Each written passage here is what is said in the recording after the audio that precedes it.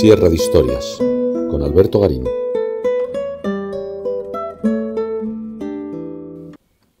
En 1454 murió el rey de Castilla, Juan II. En ese momento, en esa corte castellana ya había establecido claramente los principios de la moda que habían llegado de Borgoña a través de una serie de artistas que habían acudido desde esta región.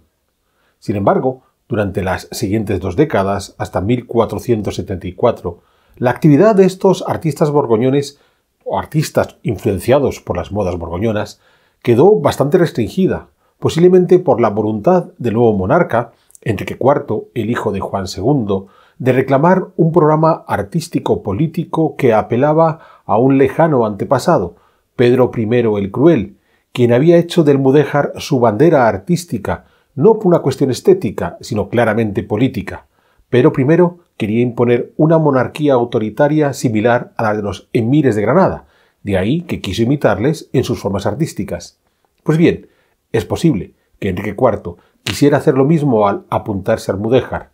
Otra cosa es que si algo caracterizó el reinado de Enrique IV fueron las múltiples vicisitudes en las que se tuvo que enfrentar el monarca, que tuvo prácticamente a toda la nobleza en su contra y que por tanto no pudo pasar en sus aspiraciones autoritarias de esa copia artística de ese antepasado lejano que fue Pedro I.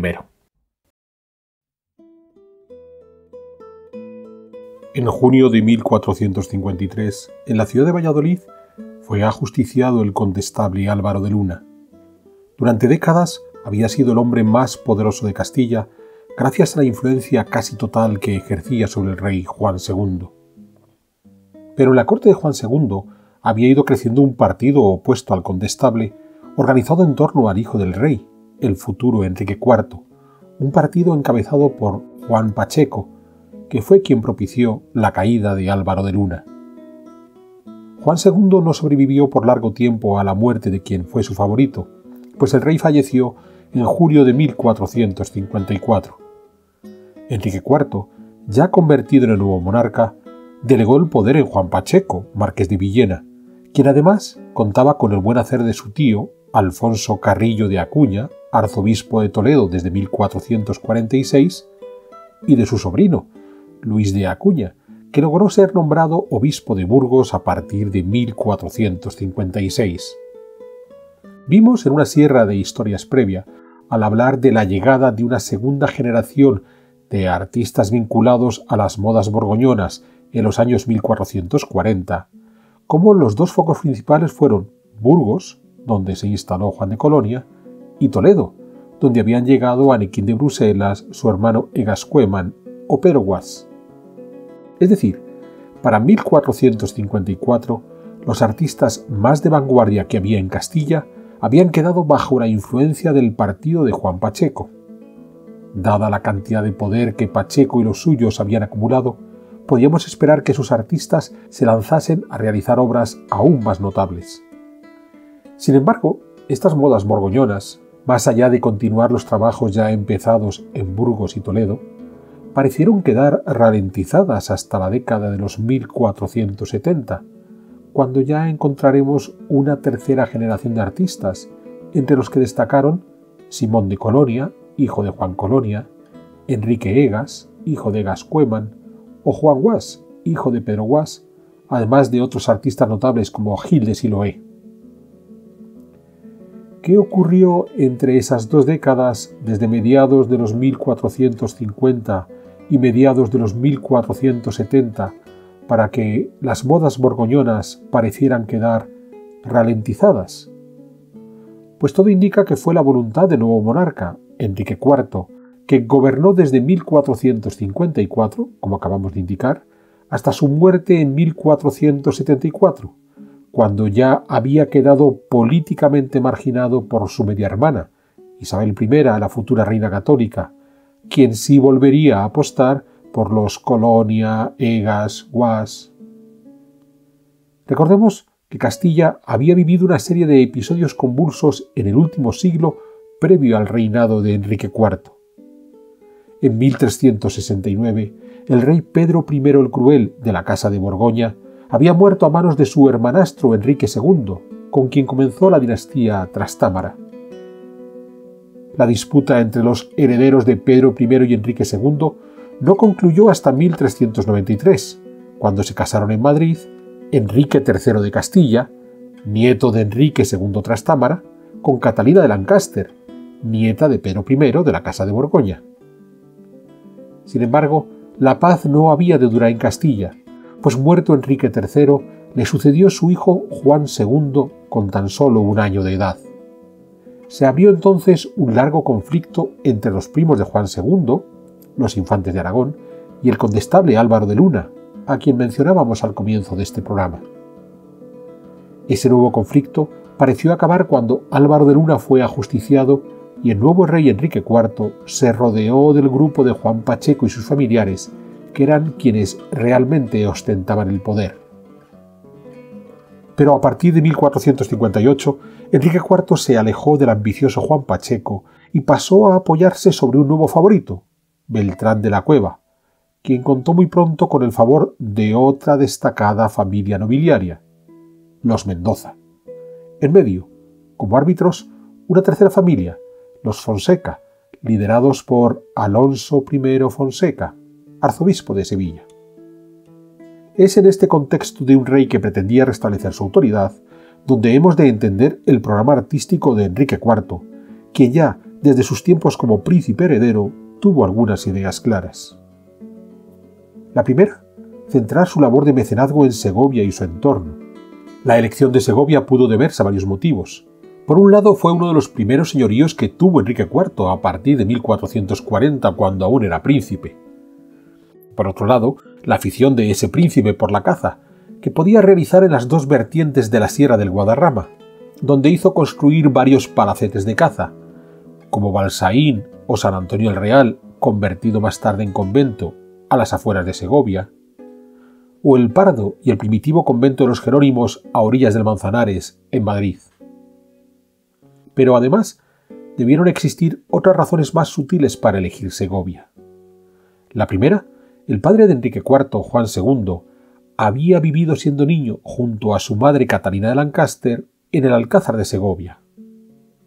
En las reformas que el propio Enrique IV hizo en el Alcázar, reconoció esa presencia de su padre y su abuela años atrás en Segovia. Posiblemente Enrique IV trataba de reforzar su legitimidad, y por partida doble, pues era Trastámara por su abuelo paterno y Borgoña por su abuela paterna. Recordemos Catalina, la nieta de Pedro I el Cruel. Es decir, esa dinastía, la de Borgoña, que había regido Castilla desde comienzos del siglo XII, cuando la reina Urraca se casó con Raimundo de Borgoña. Esta obsesión de Enrique IV por reforzar su poder también le pudo llevar a elegir el arte mudéjar como el elemento más distintivo de su programa artístico. Entendamos bien este punto. Enrique IV fue un apasionado coleccionista de joyas, libros iluminados y objetos exóticos, algo que no le distinguía de otros muchos monarcas medievales. En el terreno de los libros iluminados pudo contar con ejemplares importados de otros lugares. Pensemos que estamos a mediados del siglo XV, cuando el taller de Jean Fouquet está en plena actividad en Francia, artista al que ya dedicamos una sierra de historias. Pero sabemos que además hubo un taller de iluminadores en la propia Segovia, donde destacó la figura de Juan de Carrión, documentada desde 1454 y con iluminaciones suyas conocidas entre 1470 y 1479. Por supuesto, la mayor parte de los textos eran libros religiosos, de horas, breviarios, misales, aunque también sabemos de una novela de caballerías, el libro del caballero Cifar, así como un libro sobre montería, lo que no ha de extrañarnos dado el gusto del rey por la caza. Si comparamos las imágenes de estas miniaturas atribuidas al taller de Carrión con las de su contemporáneo Fouquet, hemos de reconocer que, aunque en ambas prima el relato sobre una composición realista, las de Carrión tenían un aspecto más tosco. Pero este gusto por los libros y la lectura no había de quedar en mero coleccionismo.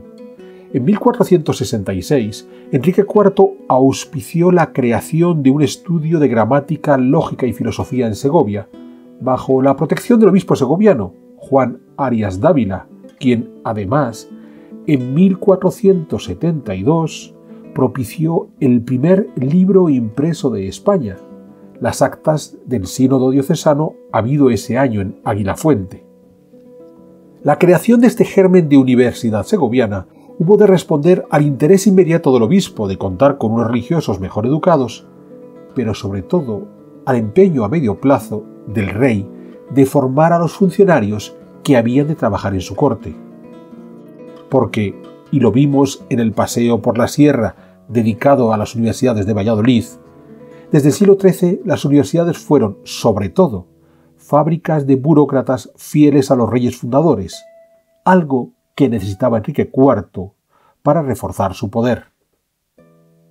En esta línea, la llegada de la imprenta no hemos de verla como una apuesta por la modernidad, sino una forma de hacer más eficiente esa gestión burocrática de la corona. Teniendo claro ese empeño de Enrique IV por consolidar su autoridad, volvamos a su programa artístico y a esa elección del arte mudéjar. Ya vimos en una sierra de historias previa cómo Pedro I el Cruel había seguido la moda de imitar el arte andalusí en territorio cristiano, que en definitiva eso es el mudéjar, que había iniciado su padre Alfonso XI. La idea de estos dos reyes, y sobre todo de Pedro I, era imitar a los emires de Granada, que disfrutaban de un poder casi omnímodo sobre sus súbditos.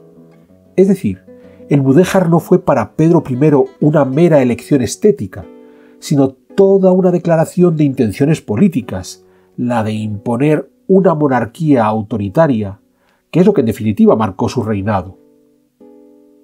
Cuando Enrique IV apostó por el mudéjar, ¿quería también establecer una monarquía autoritaria frente a sus levantiscos señores? ¿O se limitaba a reclamar el estilo que fue propio de aquel Pedro I, último rey de la Casa de Borgoña, que reflejaba la verdadera legitimidad sobre Castilla? Sin duda, el vínculo con Pedro I fue la primera razón. Hemos de pensar que Catalina de Lancaster hizo una primera reforma en el Alcázar de Segovia hacia 1412, cuando duplicó la sala del Palacio Viejo, al construir en paralelo y sobre el barranco del Eresma la sala de la Galera. Una sala que pudo estar cubierta por un artesonado de madera dorada y policromada, claramente mudéjar, realizada bajo la dirección de Diego Fernández, vecino de Arévalo. La cubierta actual es una reconstrucción del año 2000, pues la original desapareció en el incendio de 1862. Que Catalina reclamase el arte del asesinado Pedro I parece propio de quien estuvo empeñada en recuperar la buena memoria de su abuelo, más cuando la propia Catalina se consideraba la legítima reina de Castilla ya antes de su matrimonio con Enrique III Trastámara. Esa recuperación de la memoria de Pedro I pareció continuar durante el reinado de Juan II, recordemos, hijo de Catalina de Lancaster y padre de Enrique IV. Juan II ordenó rehacer la cúpula del Salón de Embajadores del Alcázar de Sevilla, el principal palacio levantado por Pedro I en su empeño de imitar el mundo andalusí. Esta nueva cúpula fue realizada por el maestro Diego Ruiz y estuvo terminada para 1427. Con todo, en la sierra de historias que hicimos sobre la llegada de los primeros artistas borgoñones a Castilla, vimos como Juan II nombró a Isambard maestro de obras reales en 1432, de modo que esa reconstrucción mudéjar del Alcázar pudo ser más una señal de respeto de Juan II hacia Pedro I que una intención de seguir el estilo artístico del rey cruel. Bien es cierto que hubo una reforma más en otro de los palacios de Pedro I, el de Tordesillas, ya convertido en convento de clarisas, donde la cubierta del presbiterio, también un complejo artesonado mudéjar, se construyó hacia 1454, de modo que no podemos estar seguros si fue por iniciativa de Juan II o ya de Enrique IV.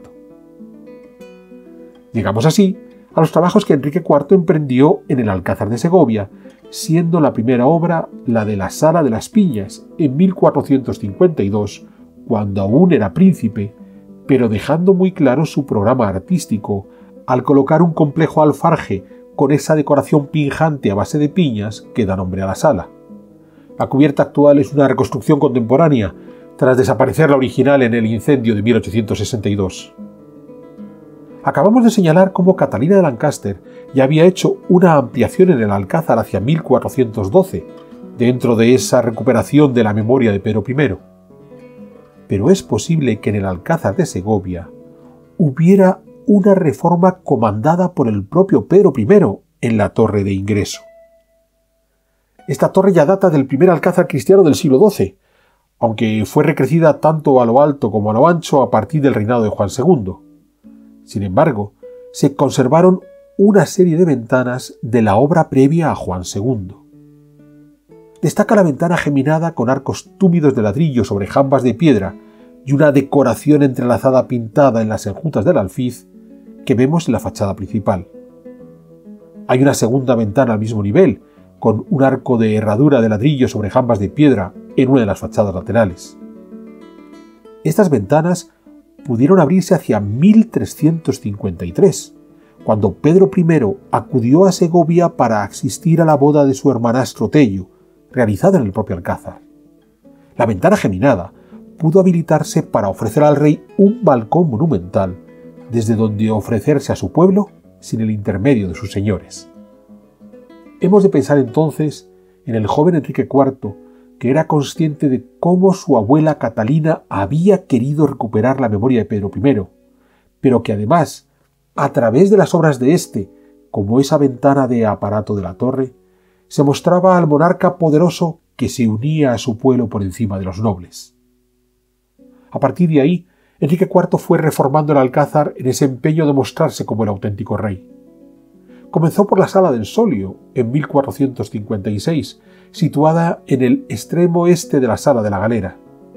De modo que esa Sala de la Galera, que acondicionase Catalina Lancaster, se convirtió en el espacio donde aquellos que querían tener audiencia con el rey habían de esperar. Porque, en efecto, el rey recibía en la Sala del Solio, bajo una aparatosa cúpula que apelaba a la que Pedro I tenía en los alcázares de Sevilla, que a su vez remitía a las cubas, los espacios cupulados de poder, islámicas. El súbdito se encontraba frente a su monarca, y por encima de éste solo estaba Dios, representado en esa cúpula celestial. La actual cúpula de la Sala del Solio no es la original, perdida en el incendio de 1862. La otra gran estancia que rehabilitó Enrique IV fue la Sala de los Reyes. Inicialmente concebida por Alfonso X en el siglo XIII, Enrique IV la agrandó y la redecoró, colocando en el friso superior las estatuas de todos los monarcas cristianos de Asturias, León y Castilla, desde don Pelayo hasta él mismo, con la intención, una vez más, de mostrar cómo él era el legítimo rey de una monarquía que arrancaba a comienzos del siglo VIII. Una vez más, la cubierta y las imágenes de esta sala son fruto de las reconstrucciones tras el incendio de 1862.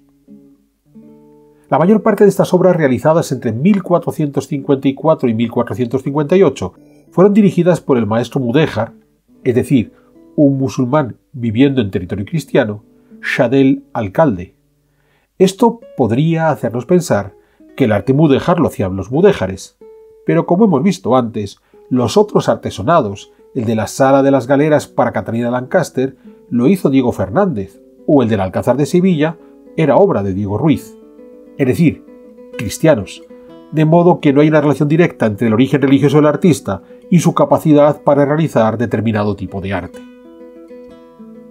Todo este esfuerzo e inversión de tiempo y dinero emprendido por Enrique IV en mejorar el Alcázar de Segovia como principal espacio político para su gobierno, se completó con una serie de acciones que buscaban mejorar su relación con los segovianos.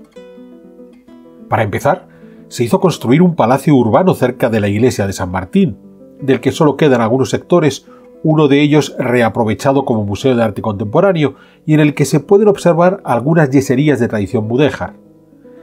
De esta manera, el rey que se había hecho remodelar el alcázar para impresionar a los grandes, luego prefería, para su vida cotidiana, acercarse a los súbditos segovianos. A estos les mejoró la distribución de aguas para el regadío a través de las caceras reales. Hicimos un paseo por la sierra al respecto, así como les permitió el privilegio de tener ceca propia, que un siglo más tarde sería una de las razones que movió a Felipe II a establecer una moderna Casa de la Moneda en Segovia, institución a la que también hemos dedicado un paseo por la sierra. Pero además, Enrique IV quiso trasladar la vieja catedral situada frente al Alcázar a un nuevo espacio donde pudiera disponer de mejores condiciones para crecer.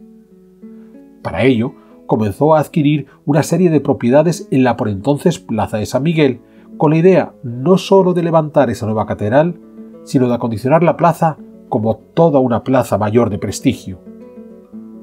Este proyecto no se llevó a cabo, pero sí fue retomado 70 años más tarde por Carlos V, cuando tras la revuelta de las comunidades exigió demoler la vieja catedral y levantar la nueva en su emplazamiento actual, que era el que había previsto Enrique IV. Para terminar su programa político-artístico en Segovia, Enrique IV, siendo todavía príncipe y con el apoyo de su aún favorito Juan Pacheco, fundó el monasterio del Parral, que tenía la intención de convertirse en panteón real. Enrique IV no vio terminada esta obra, que ya concluiría Isabel la Católica. Pero además, el monasterio no sirvió para el enterramiento de Enrique IV, que fue sepultado en Guadalupe, pero sí para Juan Pacheco y sus familiares, que de esta manera logró imponerse una vez más sobre su rey. Porque todo el empeño de Enrique IV de situarse sobre sus señores fue naufragando a medida que avanzaba su reinado. Es cierto que había logrado reunir un nuevo partido, el de Beltrán de la Cueva y los Mendoza, contra Pacheco y los suyos. Pero no fue suficiente para defender su trono, y sobre todo la herencia que quería dejar a su hija Juana. Juana había nacido en 1462, en principio hija de Enrique IV y su segunda esposa, Juana de Portugal. Sin embargo, los rumores decían que el rey era impotente y que Juana en realidad era hija del favorito Beltrán de la Cueva, de ahí que haya pasado a la historia como Juana la Beltraneja, algo que hizo que parte de la nobleza, acaudillada por Pacheco, se sublevara contra el rey. Primero, en la llamada farsa de Ávila de 1465, donde los nobles levantiscos nombraron rey al infante Alfonso en detrimento de su medio hermano Enrique IV. Alfonso era hijo de Juan II y su segunda esposa Isabel de Portugal. El infante Alfonso murió en 1468 y los sublevados pusieron sus ojos en la hermana de este y medio hermana de Enrique IV, la futura Isabel la Católica. Pero Isabel tenía sus propios planes, reforzados tras su matrimonio con el príncipe Fernando de Aragón en 1469.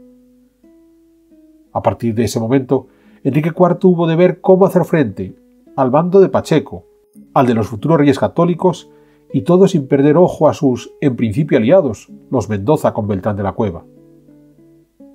En todo este grupo de disputas, ya dijimos antes que hubo otra familia que trató de arbitrar, con mejor o peor suerte, entre los diferentes contendientes.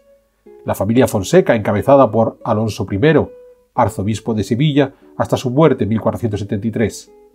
Ese año, el liderazgo familiar cayó en manos del sobrino del arzobispo de Sevilla, Alonso II, arzobispo de Santiago de Compostela. En la villa natural de la familia Fonseca, Coca, también en la provincia de Segovia, ese año de 1473, Alonso II hizo levantar una fortaleza, el castillo de Coca, quizás uno de los mejores ejemplos de la arquitectura mudéjar castellana. Posiblemente los Fonseca querían con ello agradar a su señor Enrique IV, pero los acontecimientos se precipitaron. En la Navidad de ese año de 1473, Enrique IV logró reconciliarse con su hermana Isabel y, como prueba de buena fe, le entregó a ella y a su marido Fernando el Alcázar de Segovia. Enrique IV se vio obligado a abandonar la ciudad que había querido convertir en capital de sus reinos. Enfermó de gravedad y murió en diciembre de 1474 en Madrid. Tras su desaparición, su programa político-artístico, un tanto tradicional por esa querencia por el mudéjar propio de Pedro I, terminó con él. Es cierto que, por ejemplo, los Fonseca siguieron adelante con su castillo mudéjar de Coca, o que Isabel la Católica se preocupó por rematar las obras que había dejado iniciado su hermanastro, pero ya lo hizo apelando a esa nueva generación de artistas formados en las modas borgoñonas: Simón de Colonia, Enrique Egas, Gil de Siloé y, sobre todo, Juan Guas. Isabel estaba dispuesta a asumir la política autoritaria que quiso imponer Enrique IV, pero no lo hizo aferrándose a viejas fórmulas artísticas, sino apostando por las más novedosas, que habían demostrado que podían empatar todavía más a sus súbditos.